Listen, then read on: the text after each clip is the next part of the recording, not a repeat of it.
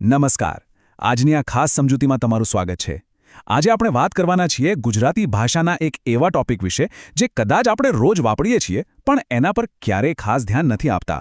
હા, આપણે વાત કરી રહ્યા છીએ ગુજરાતી સર્વનામની, એટલે કે પ્રોનાઉન્સ. ખરેખર વિચારો તો આ નાના નાના શબ્દો આપણી રોજિંદી વાતચીતના અસલી હીરો છે.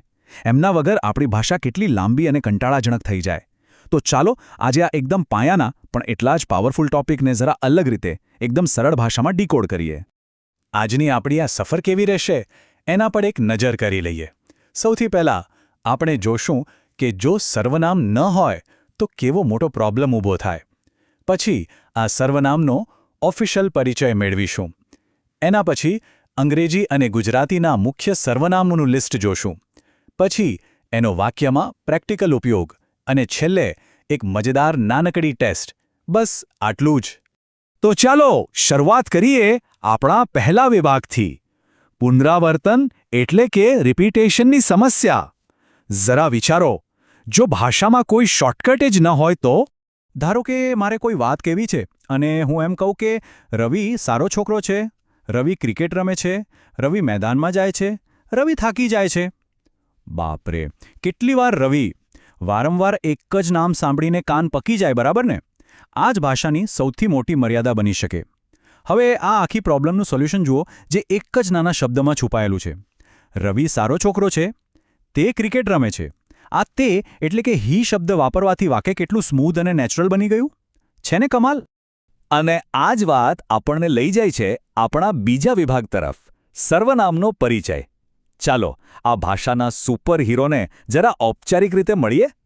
આની એકદમ સિમ્પલ વ્યાખ્યા છે. જે શબ્દો નામ યાની કે નાઉનની જગ્યાએ વપરાય છે તેને પ્રોનાઉન યાની કે સર્વનામ કહેવાય છે. આને એક રિલે રેસ જેવું સમજો.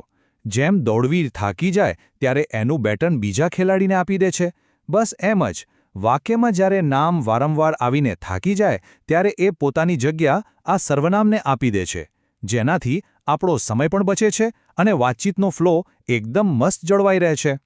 ચાલો હવે આપણે આગળ વધીએ ત્રીજા વિભાગ તરફ, મુખ્ય સર્વનામની યાદી.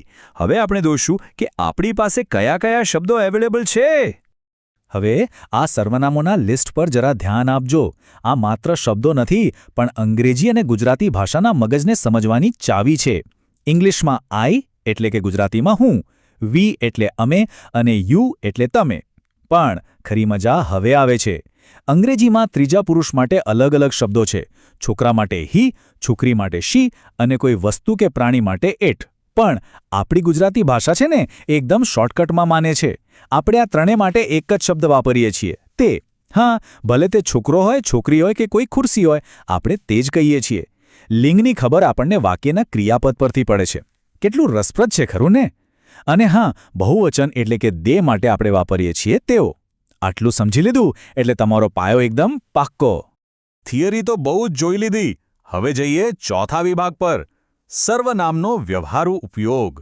ચાલો જોઈએ કે આ શબ્દો રિયલ લાઈફમાં કેવી રીતે કામ કરે છે.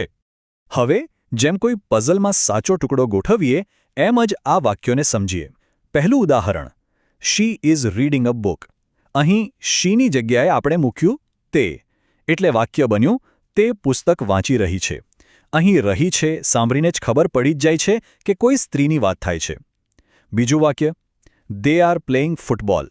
બહુવચન છે એટલે દેની જગ્યાએ આવ્યું તેઓ. તેઓ ફૂટબોલ રમી રહ્યા છે. અને ત્રીજું, it is a beautiful flower. ફૂલ છે એટલે ઇંગ્લિશમાં એટ આવ્યું, પણ ગુજરાતીમાં આપણે પાછું તે જ વાપરીશું. તે સુંદર ફૂલ છે. જુઓ કેટલું સહેલું છે. શબ્દો બદલાય છે પણ વાક્યની સુંદરતા અકબંધ રહે છે.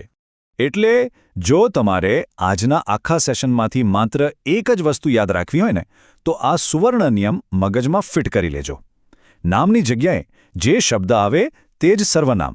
જી હા, નામની જગ્યાએ આવતો શબ્દ બરાબર પ્રોનાઉન.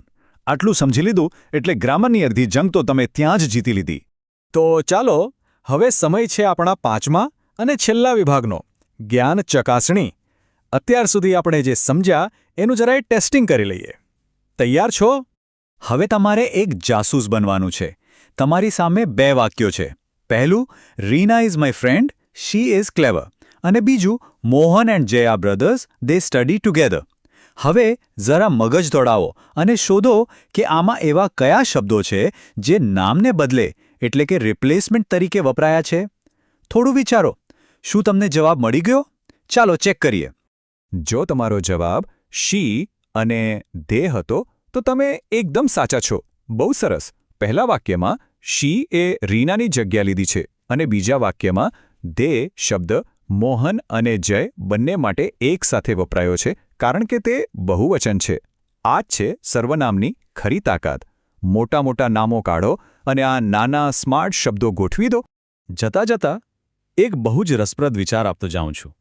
જરા કલ્પના તો કરો કે જો આ સર્વનામ હોત જ નહીં તો આપણી સવારથી સાંજ સુધીની વાતચીત કેટલી અજીબ, થકવી નાખનારી અને રોબોટ જેવી લાગત. દરેક વાક્યમાં ખાલી નામ જ બોલબોલ કરવાના. આ નાના અને ઘણીવાર નજરઅંદાજ થઈ જતા શબ્દો આપણી ભાષાનો જીવ છે. વ્યાકરણ ખાલી ગોખવાની વસ્તુ નથી, એ આપણી વાતોને સુંદર બનાવવાનું એક સાયન્સ છે. આજના આ વિશ્લેષણમાં મારી સાથે જોડાવા બદલ તમારો ખૂબ ખૂબ આભાર. મને ખાતરી છે કે આ માહિતી તમને ખૂબ જ ઉપયોગી થશે. બસ આવી જ રીતે નવું નવું શીખતા રહો અને ભાષાની સુંદરતાનો આનંદ માણતા